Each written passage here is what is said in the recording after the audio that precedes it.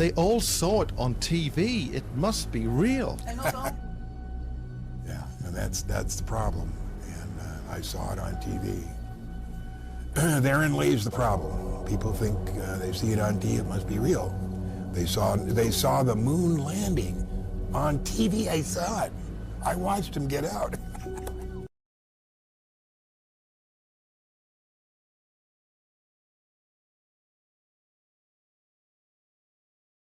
In the 1950s, a weapon was invented that has become more powerful than America's deadliest weapons of mass destruction. It is the weapon of mass deception, and it is right in our own living rooms.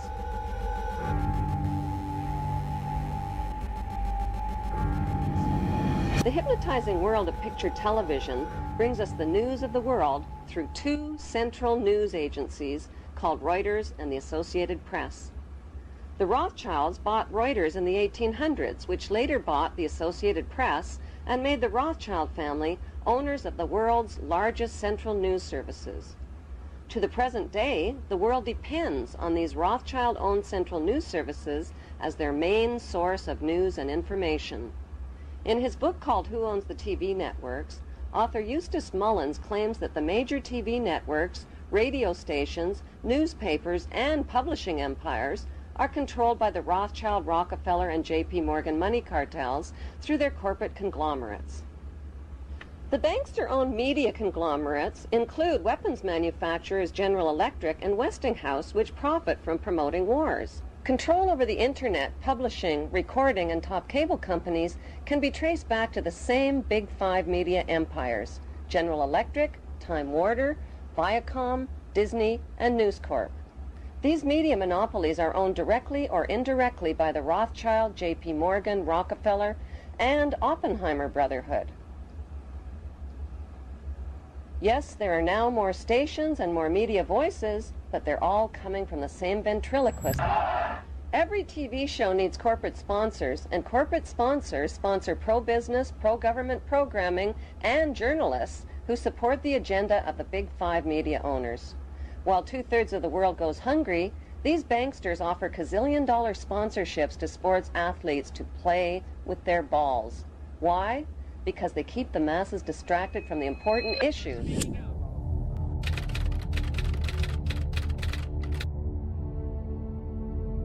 And welcome back to the show. I scream, you scream. You know the rest. I scream, you scream, you know the rest. I scream, you scream, you know the rest. I scream, you scream, you know the rest. Well, I scream, you scream, you know the rest. I scream, you scream, well, you know the rest. I scream, you scream, well, you know the rest. I scream, you scream, well, you know the rest. Got it. I scream, you scream, you know the rest. I scream, you scream, we all know the rest. I scream, you scream, you know the rest. I scream, you scream, well, you know the rest. I scream, you scream, you know the rest. Mike Myers says, yeah, baby. Mike Myers says, yeah, baby. Mike Myers says, yeah, baby. Mike Myers says, yeah, baby. Mike Myers says, yeah, baby. Mike Myers says, yeah, baby. Mike Myers says, yeah, baby. Mike Myers says, yeah, baby. Mike Myers says, yeah, baby. Mike Myers says, yeah, baby. Mike Myers says, yeah, baby. Mike Myers says, yeah, baby. Mike Myers says, yeah, baby. Mike Myers. A child's happiness is priceless, especially on a birthday. A child's happiness is priceless, especially on a birthday. A child's happiness is priceless, especially on a birthday. A child's happiness is priceless, especially on a birthday.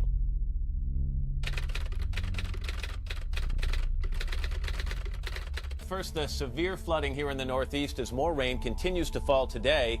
NBC's Michelle Kaczynski, I guess she's in the canoe, is in Wayne, New Jersey this morning. Hey, Michelle, good morning to you.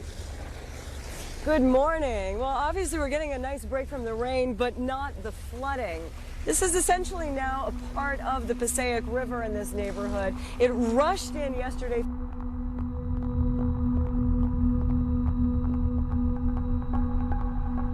I just got a picture of the conditions that Caleb Brown has been living in for the past 2 months. Essentially, she was by the neck inside of what would look like a steel cage, roughly 4 by 4 by 6, and that steel cage was then inside of a larger container. Now, a massive search is underway in this field behind me because the victim herself told police that she believes as many as 4 bodies may be buried here. George? Boy, that is just horrific. Okay, Lindsay. An ABC News producer is being investigated by the network after reported evidence that a live camera shot on Good Morning America was doctored by falsely stringing police tape in the background.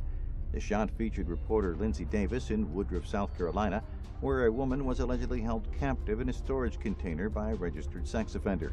Behind Davis, yellow police tape can be seen with the words, "Sheriff's Line, do not cross." A wider photograph of the scene shows that police tape was actually just attached to some ABC camera equipment to enhance the scene.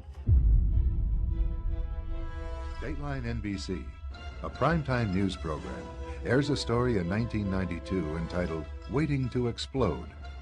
The story includes footage demonstrating that a line of trucks produced by General Motors readily explode on impact. To see for ourselves what might happen in a side impact crash, Dateline NBC hired the Institute for Safety Analysis to conduct crash demonstrations. Unlike GM tests, the fuel tanks were filled with real gasoline. Look what happened. At impact, a small hole was punctured in the tank. According to our experts, the pressure of the collision and the crushing of the gas tank forced gasoline to spew from the gas cap. The fuel then erupted into flames when ignited by the impacting car's headlight. After the program airs, one of the firemen at the taping of the crash contacts GM. The conversation inspires a full-scale investigation. 3 months later, NBC is forced to reveal their role in fabricating the news. NBC's contractor did put incendiary devices under the trucks to ensure that there would be a fire if gasoline were released from the truck's gas tank. We said the crash, quote, forced gasoline to spew from the fuel cap, end quote. GM says since the gas cap was the wrong cap for the GM filler tube, and because the gas tank was overfilled, the cap came off when the impact occurred. We agree with GM that we should have told our viewers about these devices. The Dateline reporter, however, said, quote, at impact, a small hole was punctured in the tank, unquote. GM has now x-rayed that tank and found no hole. We acknowledge the placing of the incendiary devices under the truck was a bad idea from start to finish. That's our new policy, and we'll be right back. Look at a pyramid. In the first couple layers, the really eager, hard-working young journalists are out there trying to get the stories, trying to make a name so they can move up that pyramid.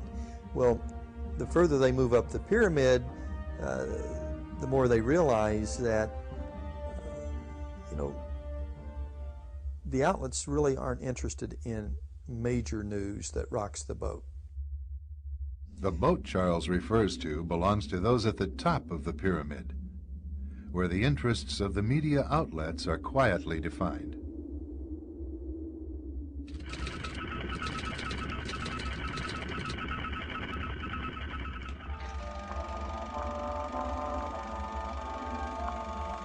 The year is 1917, and Representative Oscar Callaway enters a disturbing statement into the U.S. Congressional Record. The statement reveals why J.P. Morgan interests hired 12 high-ranking news managers. The 12 were asked to determine the most influential newspapers in America. They were to figure out how many news organizations it would take to control generally the policy of the daily press of the United States. The 12 found it was only necessary to purchase the control of 25 of the greatest papers. An agreement was reached. The policy of the papers was bought, and an editor was placed at each paper to ensure that all published information was in keeping with the new policy. Soon, that policy would be defined by a front group formed by J.P. Morgan and his colleagues. In fact, Morgan's personal attorney was founding president of the organization, the Council on Foreign Relations.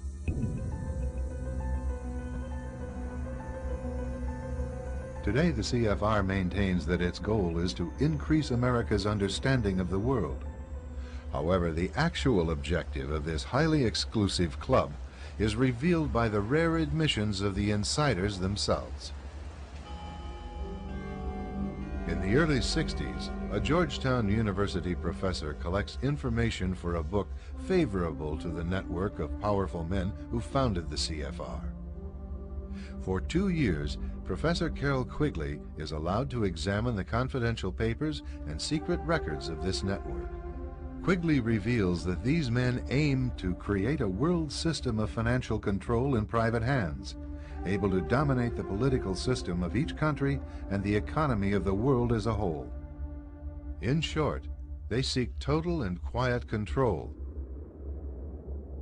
of the entire world. And the CFR is their most visible conduit for carrying out that agenda. CFR members include America's wealthiest tycoons, as well as the highly placed elite in government, academic institutions, tax-exempt foundations, and the establishment media.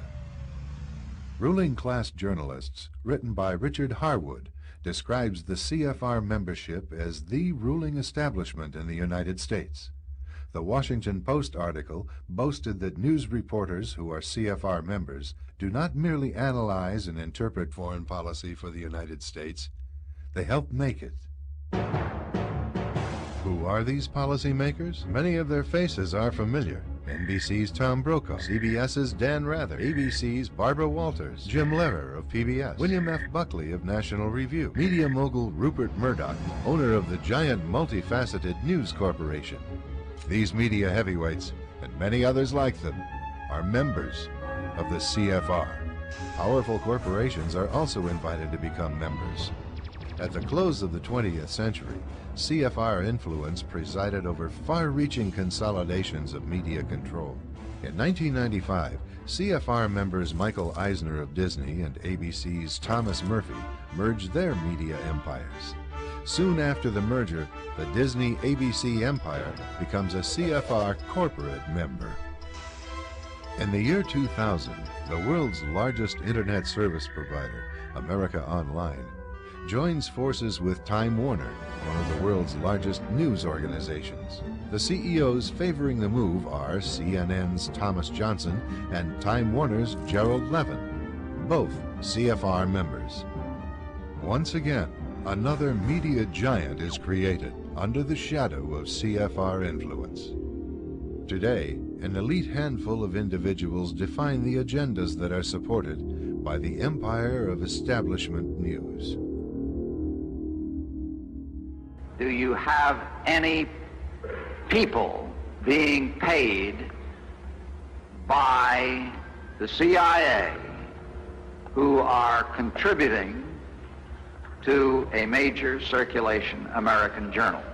We do have people who submit pieces to American journals. Do you have any people paid by the CIA who are working for television networks? This, I think, gets into the kind of getting into the details, Mr. Chairman, that I'd like to get into in executive session.